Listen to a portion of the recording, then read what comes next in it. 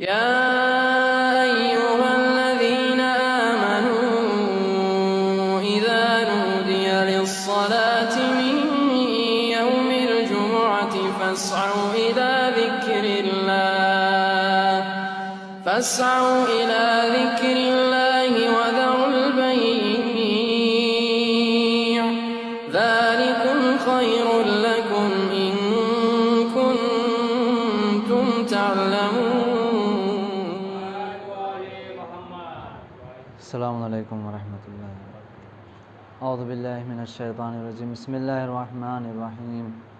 الحمد للہ الذی موجودا کان موجودا قبل حدوث الاشیاء ويبقى بعد فناء الاشیاء تفرد بالاولة والقدم ووسم كل شيء ما عداه بالفناء والعدم كما قال عز شانه كل شيء هالك الا وجهه وكل نفس ذائقة الموت وقال كل من عليها فان ويبقى وجه ربك ذو الجلال والإكرام سبحان من لا يخفى عليه اختلاف النيات ولا يعزب عنه معاصي العباد في الخلوات سبحان الذي منه خلقة العباد وإليه المعاد ومن يعمل مثقال ذرة خيرا يراه ومن يعمل مثقال ذرة شرا يراه نشهد أن لا إله إلا هو الملك الذي لا ينازع في ملكه ولا يزاد في حكمه يعذب من يشاء بما يشاء كيف يشاء يرحم من يشاء بما يشاء. اور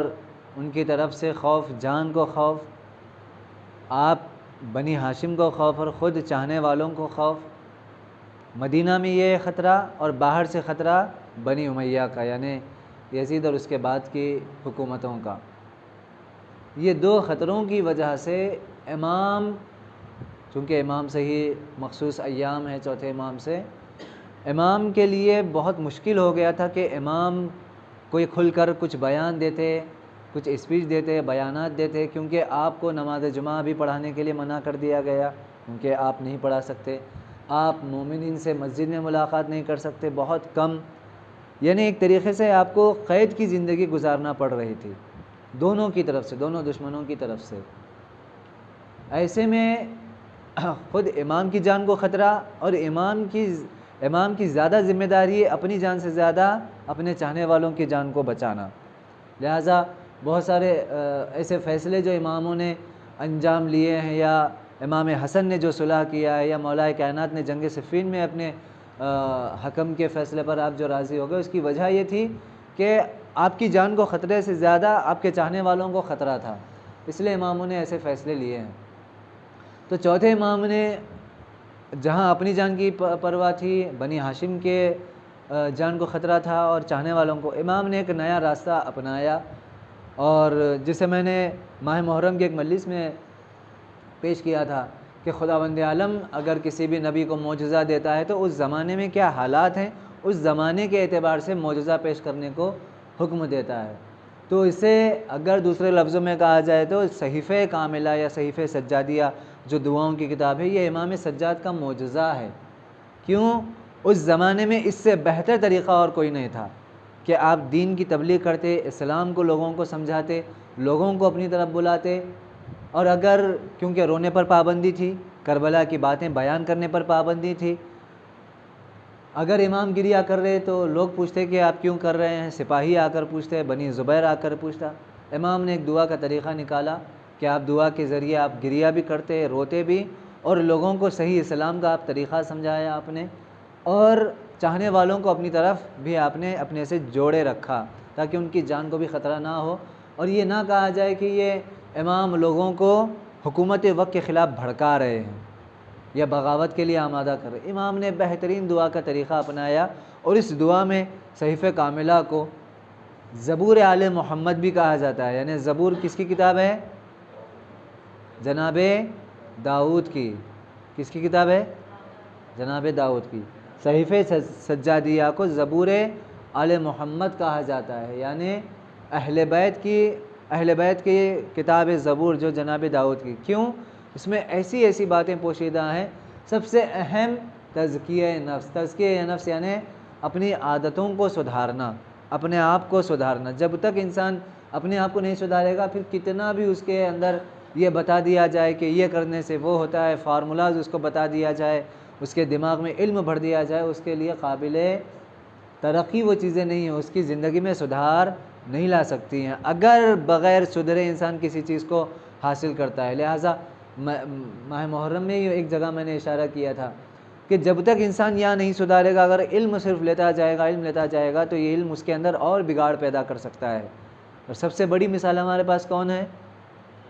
ابلیس ہے، سب سے بڑا عالم، علم اس کے پاس سارے انبیاء کا دور دیکھا ہے، جناب آدم سے پہلے سے ہے، جنات اور نسناس کے دور سے رہا ہے۔ نسناس ایک ایسی قوم جو انسانوں سے پہلے اللہ نے بنایا تھا، اس زمانے سے ہے، عرش اعلیٰ پر جا چکا ہے، فرشتوں کے ساتھ رہ چکا ہے، 1,24,000 انبیاء کے پورے قصوں کو دیکھ چکا ہے اپنی آنکھوں سے، صرف سنائی نہیں۔ اس سے بڑا کوئی عالم نہیں ہو سکتا، لیکن اس کا علم اسے فائدہ نہیں پہنچایا۔ کیوں؟ کیونکہ یہاں پر اس کے ٹھیک نہیں تھا، یہاں پر اس کے بیماری تھی، یہاں پر اس نے اپنے آپ کو نہیں سدھارا۔ تو امام نے ساری چیزیں دعاؤں میں ارشاد فرمائی ہیں کہ اگر پہلی دعا اگر دیکھا جائے تو خداوند عالم کی تعریف اور تمجید ہے، اس کے بعد پیغمبر اکرم دوسری دعا، تیسری دعا اہل بیت کے فضائل، چوتھی دعا فرشتوں کے بارے میں۔ امام اس دعا میں الگ الگ فرشتوں کی بات کرتے ہیں، الگ الگ فرشتوں کی ذمہ داریوں کو بیان کرتے ہیں۔ اس کے بعد پھر سلسلہ شروع ہوتا ہے دعاؤں کا کہ پریشانی۔ اب یہ جو 7 نمبر کی جو دعا ہے، یہ پریشان حالات میں اور مشکل حالات میں پڑھی جانے والی دعا ہے، یعنی ہر دعا کا ٹائٹل دیا گیا ہے، ہر دعا کے سامنے بیان کیا گیا ہے کہ یہ دعا کس وقت امام نے پڑھی۔ بارش ہوتی تو امام بارش کے وقت یہ دعا پڑھتے، آسمان میں بجلیاں کڑکتی تو امام یہ دعا پڑھتے، جب اگر فوجی اور سپاہیوں کا تذکرہ آتا تو آپ یعنی وہیں پر بیٹھے آپ دعا شروع کر دیتے۔ کوئی آ کر آپ سے والدین کے بارے میں پوچھتا تو آپ والدین کے لیے دعا شروع کر دیتے۔ صرف دعا نہیں ہو رہی ہے، اس میں الگ الگ باتیں بیان ہو رہی ہیں کہ ماں کیسے پالتی ہے اپنے شکم میں، باپ سے کیسے صلب میں، یعنی صرف دعا نہیں ہو رہی، اس کے اندر امام علمی باتیں پیش کر رہے ہیں، جس کو آج سائنس جو ہے پڑھ کر سمجھتی ہے کہ نہیں، یہ چیزیں جو ہے پہلے سے اسلام میں موجود ہیں۔ لہٰذا صحیفہ کاملہ ان تمام دعاؤں کا مجموعہ ہے، ان تمام دعاؤں کا جمع کیا گیا ہے۔ صحیفہ کاملہ یا صحیفہ سجادیہ دونوں ایک ہی چیز ہے۔ اب یہ دعا میں جو 7ویں امام جس دعا میں ارشاد فرما رہے ہیں کہ آپ کس وقت پڑھتے، جب مشکل حالات، سب سے پیچیدہ حالات، جہاں پر انسان آنے کے بعد جس کو کہا جائے کہ اب کوئی راستہ اس کے پاس بچا نہیں ہے، راہ فرار نہیں ہے، اس کے پاس اب کوئی چانس نہیں ہے، کوئی اس کے لیے آپشن نہیں ہے کہ میں ان کاموں کو کیسے حل کروں، ایسے وقت آپ اس دعا کو پڑھتے۔ لہٰذا دعا شروع ہوتی ہے بسم اللہ الرحمن الرحیم، یا من تحل بہ عقد المکارہ۔ مولا فرماتے ہیں دعا کے شروع میں کہ اے وہ خدا، اے وہ ذات کہ جو میرے ان مسائل کو، میرے ان پیچیدہ مشکلات کو حل کر سکتا ہے اور حل کر دیتا ہے جو وہ بری طرح سے پیچیدہ ہو چکے ہوں، بری طرح سے، جس کو کہتے ہیں کہ آپ اگر دھاگے یا رسی کو اگر ایک گھینٹی کھولنے جاتے ہیں تو اور گھینٹی پڑتے جاتی ہے، گھینٹیاں، تو آپ ایک کھولنا چاہ رہے ہیں پھر دوسری گھینٹی آ کر اس میں پڑ جا رہی ہے، تو اس کو پیچیدگی کہتے ہیں، اردو میں اسے پیچیدگی کہتے ہیں۔ اسی کو کہا گیا ہے کہ جہاں ایک مشکل حل کرنے کے ساتھ ساتھ پھر کوئی دوسری مشکل ہمیں آ کر پکڑ لیتی ہے۔ تو امام فرما رہے ہیں یا من تحل بہ عقد المکارہ، اے وہ ذات جو پیچیدگیوں کو حل کر دیتا ہے، جو میری ان تمام مشکلات کو حل کر دیتا ہے، اور اگر وہ ذات نہ ہو تو میری مشکلات حل نہ ہو۔ دیکھیے دعا کا جو کانسیپٹ ہے ہمارے اسلام میں، ایسے تو بہت سارے مذاہب میں، جتنے بھی ادیان اسلامی ہو، چاہے وہ کرسچن مذہب ہو، یہودی مذہب ہو، جوش مذہب ہو، یا دوسرے اور مذاہب جن کا تعلق آسمان سے ہے، قرآن انبیاء سے ہے، صرف یہی مذاہب میں دعا کا کانسیپٹ پایا جاتا ہے، اور اتنی تاکید دعا کے لیے کہا گیا ہے۔ جیسا کہ میں نے عرض کیا ہے اس سے پہلے کہ پیغمبر سے سوال ہوا کہ امام نے ارشاد فرمایا کہ علیکم بصلاح الانبیاء، تم پر واجب ہے کہ تم کیا کرو، انبیاء کا ہتھیار اپناؤ، انبیاء کا ہتھیار اپناؤ۔ تو سوال ہوا کہ انبیاء کا ہتھیار کیا ہے؟ آپ نے فرمایا الدعاء سلاح المومن، دعا جو ہے مومنوں کا ہتھیار ہے، دعا انبیاء کا ہتھیار ہے۔ جناب نوح کتنی مشکلات میں آپ نے تبلیغ کی، کتنی مشکلات میں، 950 سال، کتنے 950 سال تبلیغ کیا، لوگوں کو سمجھایا، سدھارا۔ ہم 4 سال میں تھک گئے، یا 10 سال میں تھک جاتے ہیں علماء، 20 سال میں تھک جاتے ہیں، اب اس سے زیادہ ہمیں برداشت نہیں ہوتا۔ 950 سال۔ اور صرف ویسے ہی نہیں، میں نے بیان کیا کہ روزانہ جیسے آپ بازار میں نکلتے اتنے پتھر آپ کو مارے جاتے تھے کہ آپ پتھر میں ڈوب جاتے۔ ایک دن کی بات نہیں ہے، 2 دن کی بات نہیں ہے، 950 سال تبلیغ کرنے کے بعد اب جناب نوح کیا ہو گئے، خستہ ہو گئے، خدایا اب میرے سے نہیں ہو سکتا۔ فدعا ربہ انی مغلوب فانتصر۔ اب یہاں پر خدا فرماتا ہے جناب نوح کی زبانی کہ نوح نے کہا، دعا کی خدا سے، خدایا اب میں کیا ہو چکا ہوں، خستہ ہو چکا ہوں، اب میں مغلوب ہو چکا ہوں، فانتصر، خدایا اب تو میری مدد فرما، اب میری مدد فرما۔ اب خدا بھی جناب نوح کا، ہم کہتے ہیں کہ خدا بھی دیکھ کر امتحان لیتا ہے، آزمائش لیتا ہے کہ تمہارے اندر کتنی سکت ہے۔ اگر خدا کو طوفان بھیجنا ہوتا، اگر جناب نوح دوسرے سال بول دیتے کہ اب نہیں ہو رہا، تو خدا اس وقت بھیج دیتا طوفان، لیکن خدا یہ دیکھنا چاہ رہا تھا کہ نوح تم میں کتنی طاقت ہے، اور نوح برداشت کرتے ہوئے 950 سال برداشت کیے ہیں۔ کہاں کیا ہوا، اتنا برداشت کرنے کے بعد جناب نوح نے دعا کی، خدایا اب میں مغلوب ہو چکا ہوں، اب میرے سے برداشت نہیں ہوتا، دعا کی۔ لہٰذا عزیزوں، دعا ایک ایسا ذریعہ ہے جو خداوند عالم بھی انبیاء کی سنتا ہے، اور یہ انبیاء کا ہتھیار ہے۔ ایک مرتبہ صلوات پڑھ دیجیے۔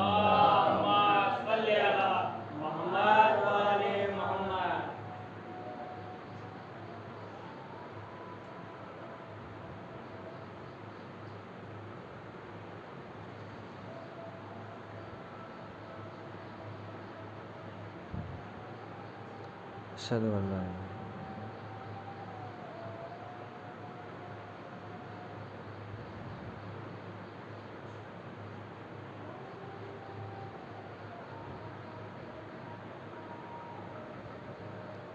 اشہد ان لا الہ الا اللہ۔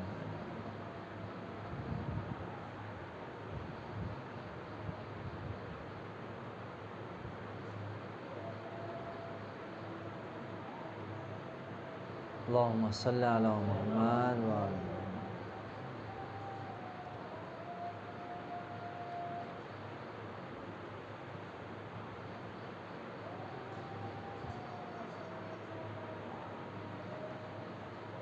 اللہم صلی علی محمد وعلی۔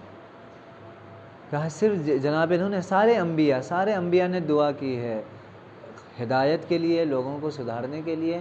پیغمبر اکرم جب آپ مکے کی گلیوں میں نکلتے تھے اور لوگوں کو گمراہ یا بتوں کی پرستش کرتے ہوئے دیکھتے تھے تو آپ گریہ کرنے لگتے تھے، خدایا یہ میری قوم کا کیا ہوگا، یہ خدایا ان کی ہدایت فرما، خدایا ان کی اصلاح فرما، ان کو صحیح راستہ دکھا، انہیں اپنے صراط مستقیم پر لے کر چل۔ یہ پیغمبر اکرم دعا کرتے تھے قوم کی حالت کو دیکھ کر، یہ دعا کرنا۔ لہٰذا خدا نے بھی، کیوں پیغمبر بہت جذباتی ہو جاتے تھے جب اپنی قوم کو حالات کو دیکھتے تھے، تو خدا فرماتا ہے کہ پیغمبر آپ ہر ایک کی ہدایت نہیں کر سکتے، وما علینا الا البلاغ، آپ کا کام صرف اور صرف کیا ہے، اپنی بات کو رکھنا ہے لوگوں کے درمیان۔ وما انت علیہم بمسیطر، آپ ان کے اوپر کوئی داروغہ نہیں ہے کہ آپ جو ہے ہنٹر لے کر کھڑے ہو جائیں کہ چلو، نہیں، آپ کا کام صرف بات پہنچانا ہے۔ آپ زیادہ کیوں، پیغمبر گریہ کرتے کہ اگر پیغمبر کو بھی اگر کوئی ستاتا یا پیغمبر کچرا پھینکتے یا پیغمبر پر گندگی ڈالی جاتی، پیغمبر گریہ کرتے ان کے لیے کہ خدایا ان کی ہدایت فرما۔ لہٰذا مکہ کے واقعات میں ملتا ہے کہ پیغمبر اکرم خانہ کعبہ کے پاس آ کر آپ ایک گروہ تھا، ان کو فرما رہے تھے کہ یہ چیز غلط ہے، تم جن کو مان رہے ہو ان کی پرستش مت کرو، انہی کو تم اپنے ہاتھوں سے بناتے، اور یہ تو اس میں سے چند افراد اٹھے اور اٹھ کر پیغمبر کے ساتھ گستاخی کی، بدتمیزی کی، جب پیغمبر اکرم کے ساتھ گندگی ڈالا پیغمبر اکرم کے اوپر، یہ بات ایک خاتون دیکھ رہی تھی، ایک عورت مکے کی یہ چیز دیکھ رہی تھی۔ جناب حمزہ کو ابھی جناب حمزہ نے اپنے ایمان کا اظہار نہیں کیا تھا، اعلان نہیں کیا تھا ابھی۔ جناب حمزہ شکار سے آئے، آپ بڑے شکاری تھے مکہ کے، ہمیشہ مکے کے باہر ہی رہتے اور شکاری، بہترین شکاری تھے، بہادر تھے۔ آئے اور آ کر اس خاتون نے جناب حمزہ سے کہا کہ آپ کے بھتیجے کو ایسا ایسا ستایا جا رہا تھا اور مجھے بہت تکلیف پہنچی کہ وہ اچھی بات کر رہے ہیں، لوگوں کو سدھرنے کی بات کر رہے ہیں، لیکن لوگ آپ کے ساتھ بدتمیزی کر رہے ہیں۔ جناب حمزہ کو طیش آیا۔ جناب حمزہ نے وہ جو کمان ہوتا ہے جس سے تیر کھینچ کر آرچر بولتے ہیں، کیا بولتے ہیں، اسے وہ نکالا آپ نے اور وہیں پر ابو جہل کو جو ہے ختم کر دیا۔ تو یہ پیغمبر اکرم، اس طریقے کے بہت سارے واقعات ہیں کہ پیغمبر اکرم تکلیف برداشت کرنے کے باوجود بھی کبھی بھی لوگوں کو بددعا نہیں دی، کسی نبی نے بددعا نہیں دی۔ یہ خاص پیغمبر اکرم کی شان ہے کہ جہاں آپ نے اپنی قوم کے لیے ہمیشہ اچھا چاہا، بددعا نہیں کی، سوائے چند انبیاء کے کہ جنہوں نے بددعا کی اور طوفان اور عذاب آیا۔ لہٰذا علیکم بصلاح الانبیاء کے امام فرما رہے ہیں کہ تمہیں چاہیے کہ تم انبیاء کے ہتھیار کو اپناؤ۔ ہتھیار، تو میں دعا کے بارے میں عرض کر رہا تھا کہ دعا ایک اتنی بڑی طاقت ہے ہمارے پاس کہ جو ہمیں نا امیدی سے بچاتی ہے۔ افراد کیوں خودکشی کر لیتے ہیں، کیوں سوسائڈ کر لیتے ہیں؟ کیونکہ وہ نا امید ہو چکے ہوتے ہیں اپنی زندگی سے یا حالات سے۔ وہ یہ سمجھتے ہیں کہ میں اب اس میں کوئی چینجز نہیں کر سکتا۔ جو انسان یہ سمجھے کہ حالات میری مرضی کے مطابق چلیں، وہ کبھی آگے نہیں بڑھ سکتا۔ حالات ہماری مرضی کے مطابق نہیں چلتے، حالات کو ہم اپنی مرضی کے مطابق یا حالات کے اعتبار سے ہم اپنے لیے راستہ بنانا پڑتا ہے۔ لہٰذا جہاں انسان نا امید ہو جاتا ہے کہ اب کچھ نہیں ہو سکتا اور میں کچھ نہیں کر سکتا، وہاں پر آ کر انسان کہیں نہ کہیں غلط راستہ اپناتا ہے۔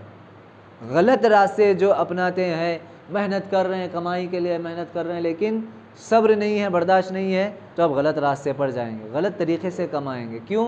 کیونکہ صبر کا مادہ نہیں ہے۔ دعا اور صبر کا ایسا بہترین رشتہ اور ناتا ہے، جس کے پاس صبر ہے وہ یقیناً دعا کی اہمیت کو سمجھے گا، اور جو دعا کی اہمیت کو سمجھتا ہے وہ صبر کی اہمیت کو سمجھتا ہے۔ کیوں؟ اگر اسے یقین ہو، سبھی جانتے ہیں، چونکہ اب بات نہیں کرے تو عرض کر رہا ہوں کہ چوتھے امام سجاد علیہ السلام مرحوم آیت اللہ فاطمی نیاں اسی بات کو عرض کرتے ہیں، اتفاق سے انہوں نے اس دعا کی شرح کی ہے۔ آیت اللہ فاطمی نیاں وہ فرماتے ہیں کہ امام کی روایت کے اعتبار سے کہ دعا کبھی بھی خالی نہیں جاتی، جو بھی انسان دعا کرتا ہے کبھی خالی نہیں جاتی۔ اگر انسان کے مزاج کے مطابق ہے تو اللہ اس کی دعا کو اسی دنیا میں اسے ایک چیز میں مانگ رہا ہوں، خدا دیکھتا ہے کہ یہ چیز اس کے لیے مناسب ہے کہ نہیں ہے۔ اگر میں یہ چیز اس کو دے دوں گا تو یہ میرے راستے سے تو نہیں ہٹے گا، یہ کہیں بہک تو نہیں جائے گا، تو خدا اس کے حالات اور مرضی کے مطابق اسے عنایت کرتا ہے۔ یا نہیں، اگر اس کے لیے خطرہ ہے یا اس کے آنے والی نسل کے لیے خطرہ ہے، اسے نہیں دیتا، اس دعا کے بدلے میں اسے خداوند عالم جہنم کا عذاب ختم کر دیتا ہے۔ یہ دوسرا طریقہ، یا اس کی مصیبت کو دور کر دیتا ہے۔ تیسری دعا قبول ہونے کا طریقہ یہ ہے کہ جب وہ حساب و کتاب کے بعد آخرت میں جنت میں جائے گا تو اس کے اعمال کی جو نیکیاں رہیں گی وہ سب ایک طرف، لیکن جب دوسری طرف اپنے محل کی طرف یا اپنے کھلے راستے کی طرف دیکھے گا تو پورا انبار لگا ہے، کس چیز کا؟ پرائز کا، گفٹس کا۔ تو یہ شخص پوچھے گا کہ خدایا یہ کیا ہے؟ اب اس کے اندر الگ الگ ہے، جیسے ہی کچھ کھولے گا تو کچھ نہ کچھ رہے گا جنت میں۔ یہ کہے گا خدایا یہ کیا ہے؟ کہا یہ وہ دعائیں ہیں تمہاری جس کو ہم نے تمہیں دنیا میں قبول نہیں کیا تھا۔ کیوں؟ کیونکہ وہ تمہارے لیے مناسب دنیا میں نہیں تھی۔ تو روایت میں کہ اس وقت وہ بندہ افسوس کرے گا، مومن، اے کاش میری کوئی دعا قبول نہیں ہوئی ہوتی تاکہ خدا مجھے جنت میں اتنی ساری نیکیاں عطا کیا ہوتا۔ تو یقیناً دعا کرنا انسان کا حق ہے۔ دعا مانگنے میں کیا جاتا ہے؟ میں بارہا کہتا ہوں کہ بھائی مانگیے خدا سے، قبول کرنا نہیں کرنا مناسب وہ اس کے اوپر ہے۔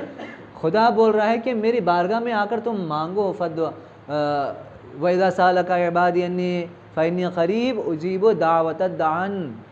اے پیغمبر، جب یہ بندے پوچھیں کہ ہمارا پروردگار کہاں ہے، تو خدا کہہ رہا ہے ان سے کہو کہ دعا مانگے، میں تو قریب ہوں، تمہارے گردن سے بھی زیادہ قریب ہوں، تمہاری رگ سے بھی زیادہ قریب ہوں، سن رہا ہوں تمہاری بات کو، تمہارے دل کی بات کو سن رہا ہوں، تمہارے دماغ میں کیا چل رہا ہے وہ دیکھ رہا ہوں، تمہارا کام ہے دعا مانگنا۔ لہٰذا دعا ایک ایسا ذریعہ ہے جس سے ہم بہترین حالات کو موڑ سکتے ہیں، لیکن ان دعا کے شرائط میں بہترین شرط کیا ہے؟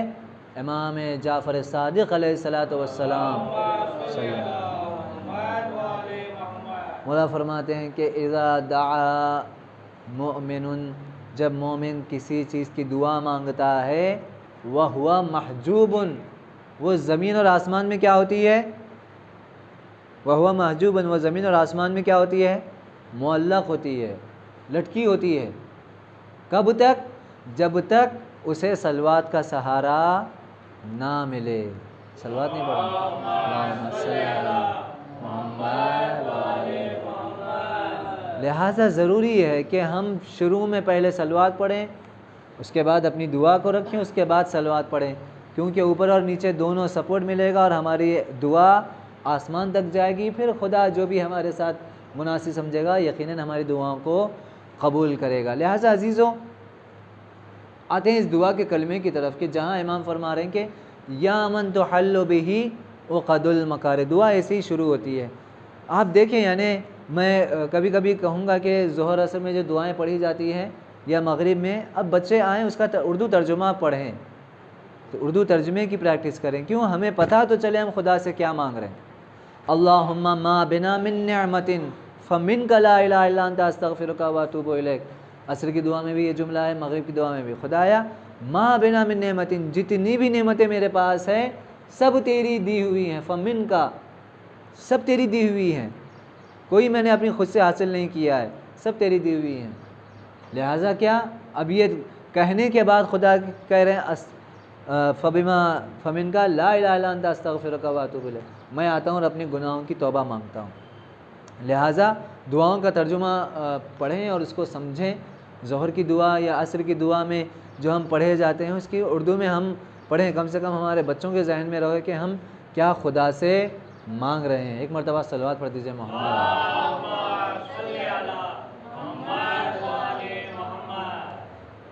یا من تحل عقد المکارہ، اس میں 3 لفظ ہے۔ تحل یعنی حل کرنے والا خدا، عقد آتا ہے عقد سے، عقد سے آتا ہے۔ عقد کس کو بولتے ہیں؟ جی، عقد یعنی نکاح۔ یہ نکاح ہماری اردو زبان میں ہے اس کو آسان کرنے کے لیے، لیکن عقد کا عربی زبان میں ہوتا ہے گھینٹی، یعنی جوڑا جانا، 2 لوگوں کو آپس میں جوڑنا، 2 خاندانوں کو جوڑنا، اسی کو عقد کہتے ہیں۔ اسی عقد کی جمع جو ہے عقد ہے، یعنی بہت سارے گھینٹیاں، بہت ساری پیچیدگیاں۔ یا من تحل عقد المکارہ، مکارہ یعنی کیا؟ ناپسند چیزیں، یہ چیز نہیں ہونا تھا، یہ چیز میری مرضی کے خلاف تھا، یہ چیز نہیں ہونا تھا، ان ساری ناپسند چیزوں کو ناپسند چیزوں کے پیچیدگیوں کو امام فرما رہے ہیں کہ ان ناپسند پیچیدگیوں کو حل کرنے والے خدا، یا من تحل بہ عقد المکارہ۔ لہٰذا یہ دعا کے سلسلے میں ملتا ہے، روایت ہے امام علی نقی علیہ الصلوۃ والسلام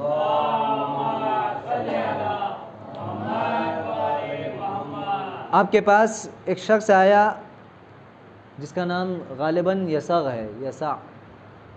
وہ آ کر کہتا ہے کہ مولا معتصم باللہ جو بنی عباس کا خلیفہ گزرا ہے اور 10ویں امام کے زمانے میں رہا ہے اور اسی نے امام کو زہر بھی دیا ہے، ایک امام کا چاہنے والا آ کر کہتا ہے کہ مولا معتصم باللہ نے میری پوری جائیداد ہڑپ کر لی ہے، میرا جو کچھ بھی میرا مال اور جائیداد تھی، دولت تھی، اس نے سب کچھ ہڑپ کر لیا ہے، کوئی راستہ مجھے نہیں مل رہا، میں سارے اس کے پاس جا کر بول رہا ہوں لیکن وہ سن نہیں رہا ہے، پورے قانونی کارروائیاں کر چکا ہوں، اب اس کا خلیفہ وقت کا آرڈر ہے تو کچھ بھی نہیں ہو سکتا۔ امام کے پاس آیا، امام سے کہا کہ مولا اب میرے پاس کوئی راستہ نہیں ہے، کوئی تو آپ راستہ بتائیں۔ امام نے کہا کہ اس دعا کو پڑھو، یہ جو 7ویں نمبر کی دعا ہے، یا من تحل بہ عقد المکارہ، صحیفہ سجا دیا گیا کہ اے وہ خدا کہ جو ناپسند پیچیدگیوں کو حل کرتا ہے، ناپسند پیچیدگیوں۔ سائیکولوجی کے مطابق انسانی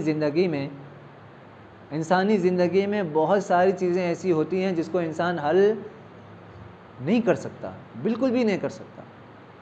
اب جن چیزوں کو حل نہیں کر سکتا اسی کے اوپر آ کر انسان اٹک جاتا ہے۔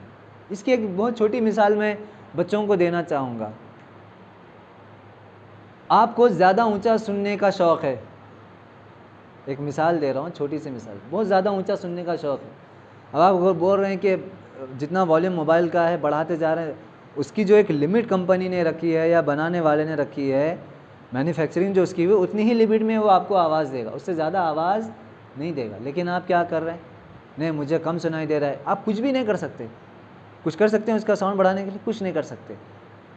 اب آپ بولیں گے کہ اس کے دوسرے راستے ہیں، اسپیکر، بلوٹوتھ وغیرہ، لیکن موبائل سے آپ نہیں بڑھا سکتے، موبائل کی آواز کو نہیں بڑھا سکتے۔ کیوں؟ اس کا مینوفیکچرنگ ڈیفالٹ ہے اس کا، آپ کچھ بھی نہیں کر سکتے۔ تو ہمارے ساتھ کچھ پیچیدگیاں ہمارے ساتھ ایسی ہی ہوتی ہیں، ہم اس کو حل نہیں کر سکتے، ہم اس کو نہیں، جس کو کہا جائے جیسا ہم چاہ رہے ہیں اس کو لے کر چل سکتے ہیں۔ ایسے میں کیا ہے؟ ایسے میں یہاں پر اسلام آ کر کہتا ہے کہ آپ آ کر خدا کی بارگاہ میں کہیے یا من تحل بہ عقد المکارہ، خدایا یہ چیزوں کو میں حل نہیں کر پا رہا ہوں، یہ چیزیں میری ہاتھ سے نکلتی جا رہی ہیں، میں چاہ رہا ہوں کہ یہ چیزیں سمٹے لیکن میری ہاتھ سے نکلتی جا رہی ہیں۔ کورونا کے وقت جو حالات پوری دنیا کے تھے، ایسے وقت پر آیت اللہ خامنہ کہتے ہیں کہ اس دعا کو پڑھا جائے، 7ویں نمبر کی یہ جو دعا ہے سیف کاملہ، اس دعا کو پڑھیے۔ کیوں؟ کیونکہ اس دعا میں اتنے بہترین جملے امام نے ارشاد فرمائے ہیں جس کو کہا جائے کہ اگر میں ترجمہ پڑھنا شروع کروں تو یقیناً آپ لوگوں کی آنکھوں سے آنسو آئیں گے۔ کیا انداز ہے امام کی دعاؤں کا، اس دعا میں جو جس طریقے سے خدا کو پکار رہے ہیں، جس طریقے سے جس کو کہا جاتا ہے کہ مضطر کس کو کہتے ہیں؟ اما یجیب المضطر اذا دعاہ یکشف السوء، ہم ہمیشہ پڑھتے رہتے ہیں، اے وہ کون ہے وہ ذات کہ جو مضطر کی دعا کو، مضطر جب اسے پکارتا ہے، پریشان حال اسے جب پکارتا ہے تو اس کی دعا کو سنتا بھی ہے اور اس کی پریشانیوں کو دور کر دیتا ہے۔ مضطر کسے کہتے ہیں عربی زبان میں؟ اگر اردو میں سمجھانا ہو، مضطر اسے کہتے ہیں جب ڈاکٹر آ کر کہیں اب کوئی امید نہیں ہے سوائے دعا کے۔ وہ جو کیفیت ان لوگوں کی ہوتی ہے کہ جس کا مریض ایڈمٹ ہے، اسے مضطر کہتے ہیں کہ اب کوئی راستہ نہیں ہے، جتنا پیسہ خرچ کرنا تھا کر دیا، ڈاکٹروں نے جتنی محنت کرنی تھی کر دیا۔ کیا ہم دعا مانگتے وقت کیا ہماری کیفیت وہ ہوتی ہے؟ خدایا یہ مشکل ہے، ایک جنرلی ایک فارمیلٹی کی طور سے ہم کہہ دیتے ہیں، لیکن پریشان حال ہونا، جسے ڈاکٹر کہہ دیں کہ اب یہ کوما میں ہے یا کہ اس کا بچنے کا کوئی امکان نہیں ہے، خدا مضطر لوگوں کی دعاؤں کو سنتا ہے۔ پریشان حال جس کی کوئی امید نہ ہو، لہٰذا ہم خدا کی بارگاہ میں یہی دعا مانگتے ہیں کہ آیت اللہ خامنہ نے ایسے وقت میں کہا تھا کہ یہ دعا کو زیادہ سے زیادہ پڑھا جائے۔ کیوں؟ کیونکہ حالات ایسے تھے کہ جہاں نہیں پتہ کہ کیا ہونے والا ہے، کون کیسے لمحے میں گزر جانے والا ہے۔